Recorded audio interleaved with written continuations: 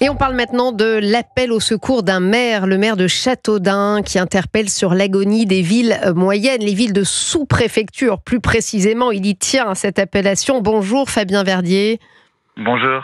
Alors vous portez, ce combat, Fabien Verdier, depuis 2022, année au cours de laquelle vous avez créé le mouvement des villes sous-préfecture. Alors ce sont des communes de taille moyenne qui, selon vous, ont été abandonnées par la République. Alors pour que tout le monde comprenne bien, quelles sont ces villes, combien sont-elles concernées en France ?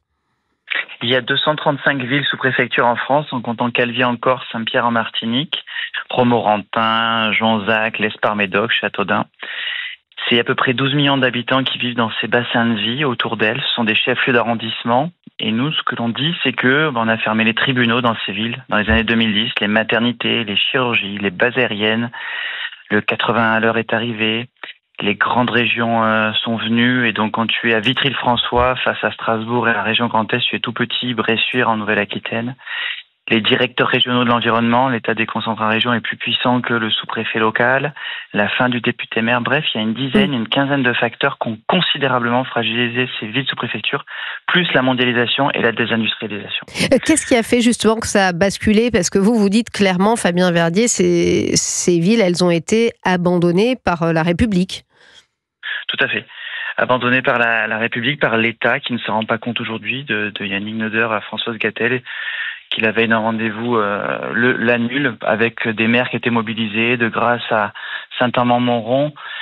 On a été abandonné parce qu'on pense plus à nous. Personne n'y habite dans les décideurs, dans les grands décideurs français, les 3000 hauts fonctionnaires, les décideurs publics. Fabrique de la décision publique, plus personne n'en vient, ni vit 350 jours, 360 jours par an. Et donc, c'est la France des TER, c'est ces tribunaux confirmés, ces maternités, etc. Par la force des choses.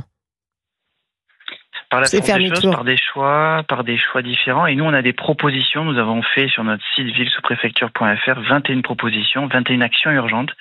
15 sont sans coût.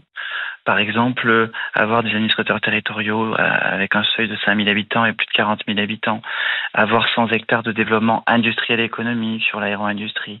Et cet appel qu'on a eu il y a quelques jours dans le Point, et on a fait un appel de Châteaudun avec Dominique de Villepin, aussi il y a quelques jours, a trouvé beaucoup de résonance. J'ai vu des préfets m'envoyer des messages positifs, de Dordogne, de soutien, des gens qui vivent vers Saint-Amand-Montrond ou à Montluçon, un ancien directeur industriel, aéro-industriel d'un grand groupe industriel français, qui dit vous avez raison, vous mettez le doigt là où ça fait mal. Alors, c'est vrai que les messages de soutien, c'est bien, les actes, c'est encore mieux.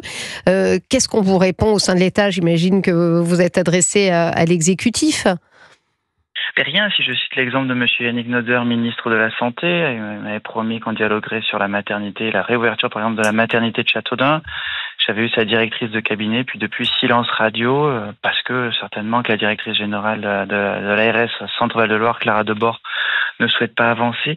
Bref, c'est la technocratie qui gouverne, ce sont des techniciens, ou alors ils ne veulent plus gouverner. J'étais sur une chaîne de télévision il y a quelques jours et je le disais, ils ne veulent plus gouverner, c'est-à-dire prendre des décisions pour les territoires. Pareil, si je cite un deuxième exemple avec une autre ministre, Madame Françoise Gatel, ministre de la Ruralité, on devait avoir une visio avec plein de maires jeudi dernier, annulé mercredi dernier. Il y a un mépris pour ces territoires, un mépris pour ces villes moyennes, ces villes de sous-préfecture.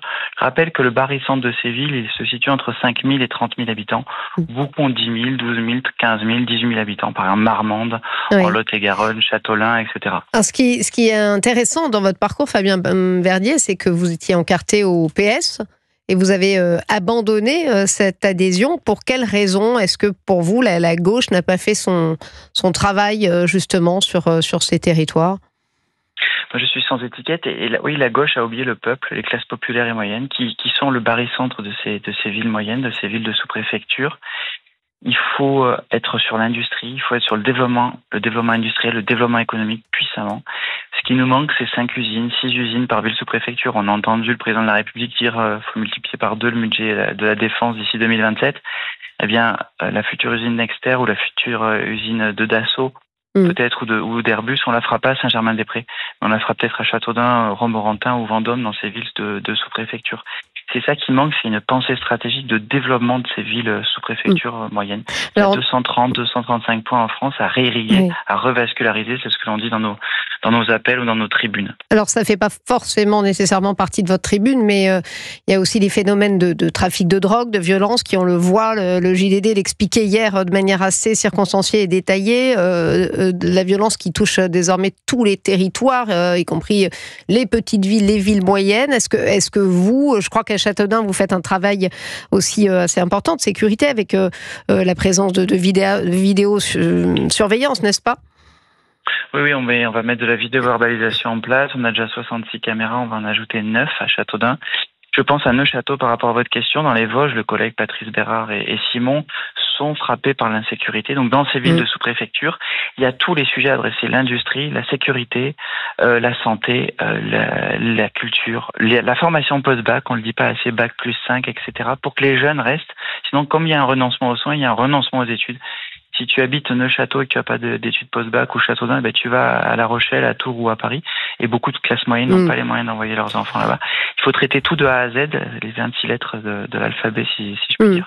On va prendre un premier auditeur, Nicolas, qui nous appelle du Rhône, c'est ça ? Bonjour Nicolas. Bonjour, vous m'entendez bien ? Oui, très bien. Soyez le bienvenu sur l'antenne d'Europe 1. Vous nous appelez d'où précisément ? Alors là, actuellement, je suis en vacances dans le Var, à Sanary, mais j'habite à Villeurbanne. Oui. Qui est une ville, là, je ne sais pas, est-ce que c'est une ville de sous-préfecture, selon Fabien Verdier ? Non, c'est une ville de la métropole lyonnaise, mais... En tout cas, c'est une ville moyenne. Vous, Nicolas, vous vouliez intervenir dans ce débat. Qu'est-ce que vous vouliez nous dire ? Oui. Alors, plusieurs choses. Alors, j'entends le maire de Châteaudun qui nous dit qu'il a perdu sa carte PS ou qu'il l'a volontairement retirée parce qu'il n'y avait peut-être pas forcément de réponse à ses questions, peut-être ou à ses ambitions personnelles, je ne sais pas.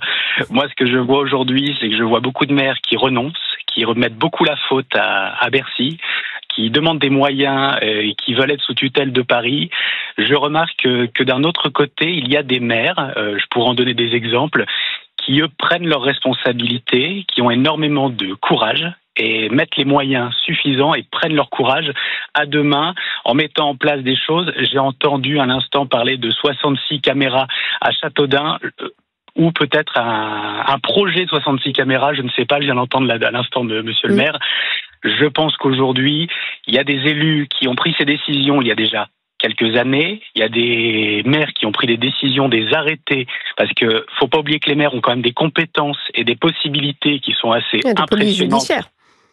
Oui, il y a des maires qui veulent armer leur police, d'autres qui ne veulent pas armer leur police, des maires qui mettent de la vidéosurveillance, d'autres qui n'en mettent pas. Aujourd'hui, quand je prends le bilan de certaines communes qui ont un taux de pauvreté plus important que Châteaudun ou Villeurbanne, je me pose la question, je me dis, est-ce qu'il ne faudrait pas mieux déménager, partir de ces communes où on n'a pas forcément, on a un taux de pauvreté assez bas, mais pas non plus bas que certaines villes comme la ville de Cannes. Je vais vous prendre l'exemple de la ville de Cannes qui a un taux de pauvreté plus important que la ville de Châteaudun ou la ville de Villeurbanne, où vous avez très peu de policiers municipaux, moins que la ville de Villeurbanne. Que vous êtes élu depuis quelques années, s'il a les compétences et qu'il a l'expérience depuis quelques années, l'idée de mettre une vidéosurveillance avec 66 caméras, il aurait pu l'avoir il y a déjà quelques années. Les dernières municipales, c'était en 2020. On va le laisser répondre, peut-être quand même, Fabien Verdier. Non, je vous en prie. Je pars en boucle, mais... Non, l'antenne est à vous. Aucun problème, mais on va laisser quand même répondre Fabien Verdier. Excusez-moi. Je vous en prie. Donc nous on n'est pas resté les bras ballants depuis 2020. Par exemple sur l'économie industrie, on développe avec Vorwerk, avec Safran, il y a des investisseurs privés. On va à fond chercher les investisseurs privés parce qu'on a peu de surface financière publique.